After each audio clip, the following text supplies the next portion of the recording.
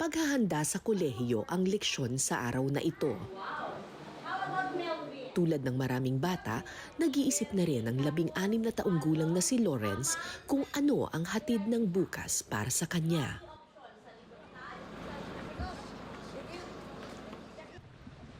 Pagkatapos ng klase, nagtungo sa baybayin si Lawrence.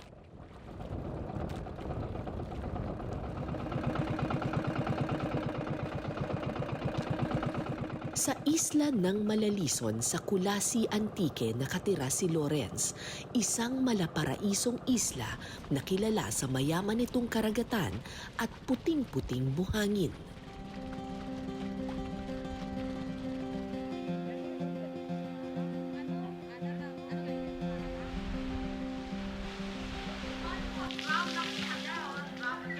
Pero imbis na maglaro o magtampisaw sa dagat,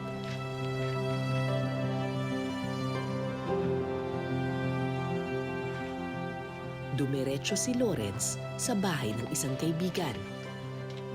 Hindi para manghiram ng lapis o laruan, kundi para kumuha ng pana at antipara.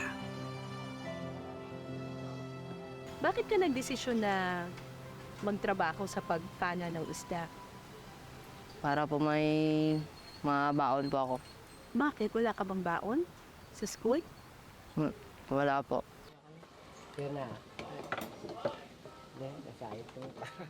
Kasama ni Lawrence si Kuya Kabing, ang itinuturing na pinakamahusay na mangingisda sa Isla Malalison.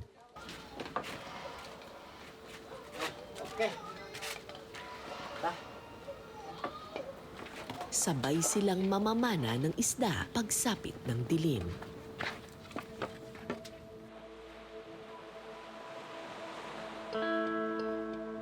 Tatlong dekada nang namamana ng isda si Kuya Kabing.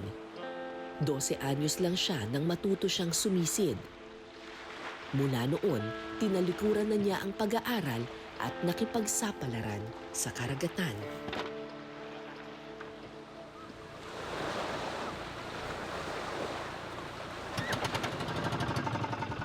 Palubog na ang araw nang pumalaot ang grupo.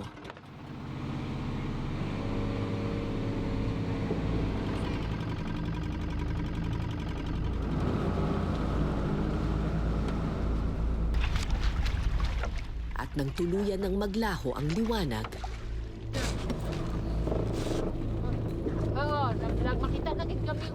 nagsimula na kaming maghanda kasama ang dalawang mangingisda.